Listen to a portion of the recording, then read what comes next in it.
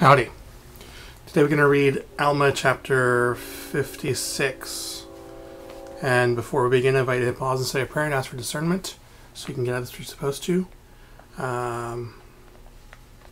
you want to get your own physical copy of the Book of Mormon, I'm like this.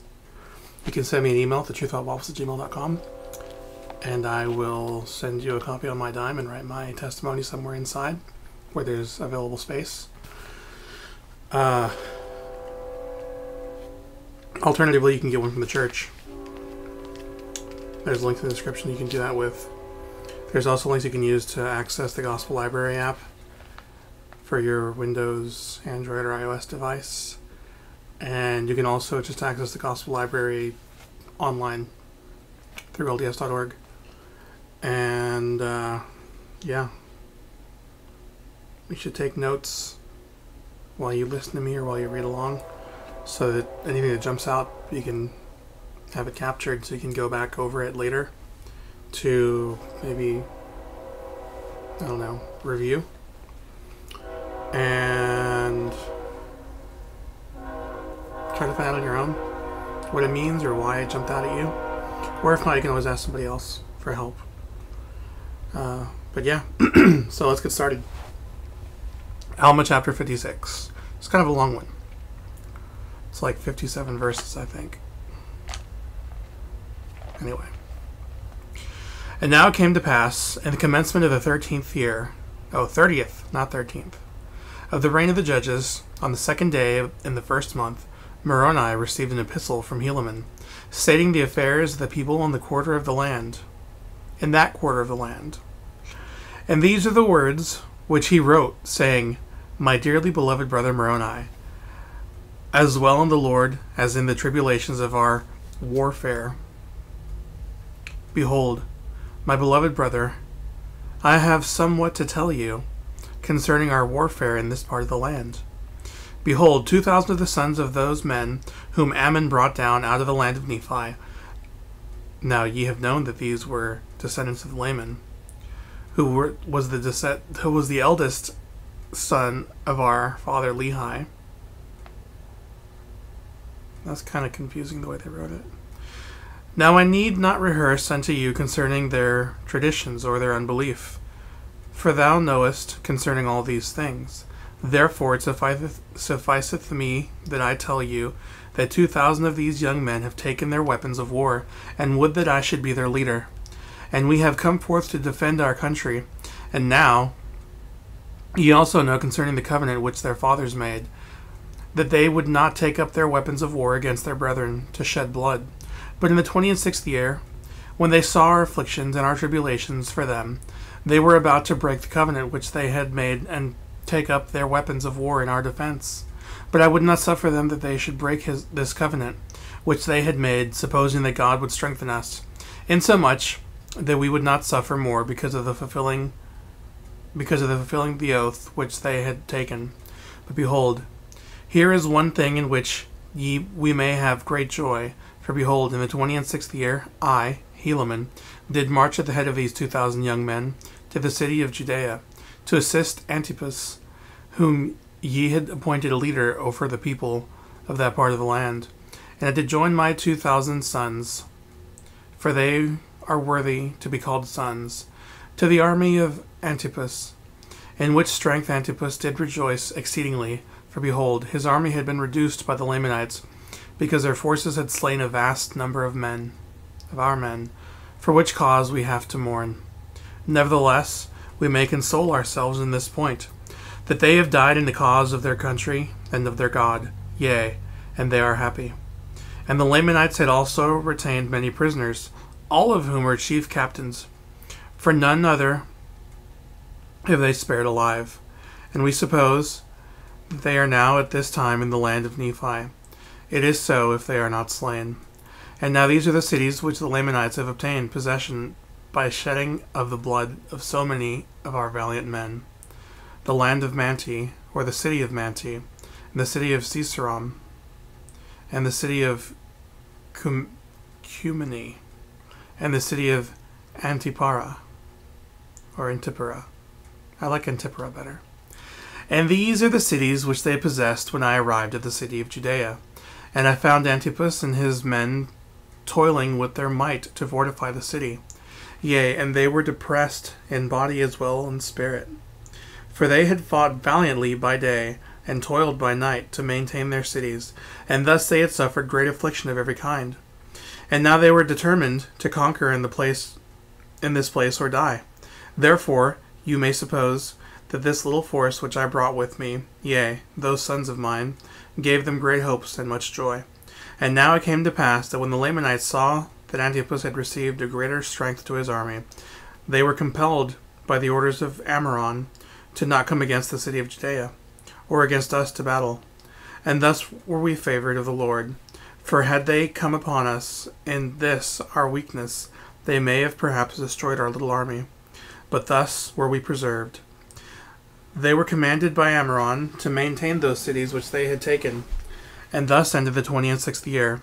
In the commencement of the 27th year, we had prepared our city and ourselves for defense. Now we were desirous that the Lamanites should come upon us, for we were not desirous to make an attack upon them in their strongholds. And it came to pass that we kept spies out round about to watch the movements of the Lamanites, that they might not pass us by night nor by day, to make an attack upon our other cities, which were on the northward. For we knew in those cities they were not sufficiently strong to meet them. Therefore we were desirous, if they should pass by us, to fall upon them in their rear, and thus bring them up in the rear at the same time they were met in the front. We supposed that we could overpower them, but behold, we were disappointed in this desire. They durst not pass by us with their whole army, neither durst they with a part, lest they should not be sufficiently strong, and they should fall. Neither durst they march down against the city of Zarahemla, neither durst they cross the head of Sidon, over the city of Nephihah, I think. And thus, with their forces, they were determined to maintain those cities which they had taken. And now it came to pass in the 2nd month of this year, there was brought unto us many provisions from the fathers of those, my 2,000 sons. And also there were sent 2,000 men unto us from the land of Zarahemla. And thus we were prepared with 10,000 men, and provisions for them, and also for their wives and their children. And the Lamanites, thus seeing our forces increase daily, and provisions arrive for our support, they began to be fearful, and began to sally forth, if it were possible, to put an end to our receiving provisions and strength. Now when we saw that the Lamanites began to grow uneasy on the wise, we were desirous to bring a stratagem into effect upon them. Therefore Antipas ordered that I should march forth with my little sons to a neighboring city, as if we were carrying provisions to a neighboring city. And we were to march near the city of Antipara. That's what we decided, right?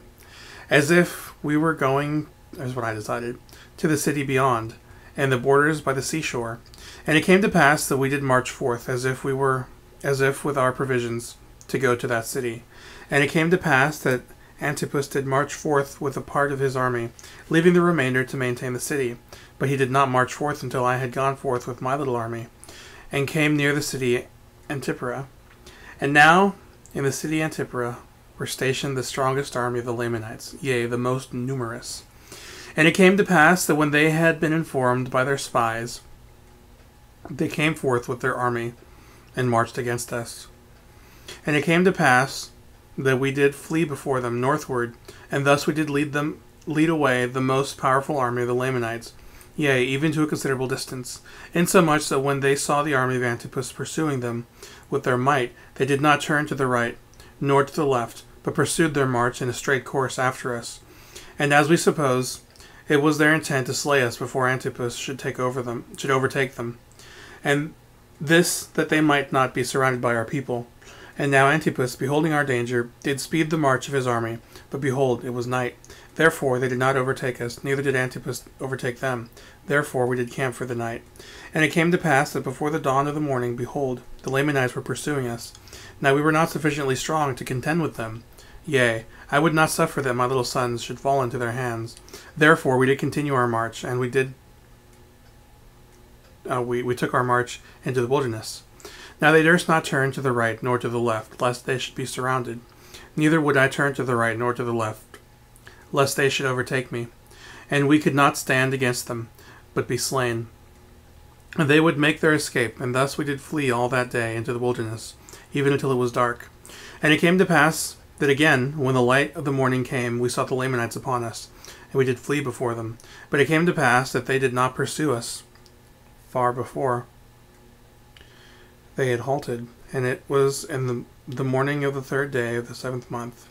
And now, whether they were overtaken by Antipas, we knew not. But I said unto my men, Behold, we know not, but they have halted for the purpose that we should come against them, that they might catch us in their snare. Therefore, what say ye, my sons? Will ye go against them to battle? And now I say unto you, my beloved brother Moroni, that never had I seen so great courage, nay, not amongst all the Nephites. For as I had ever called them my sons, for they were all of them very young, even so they said unto me, Father, behold, our God is with us, and he will not suffer that we should fall. Then let us go forth. We would not slay our brethren, if they would let us alone.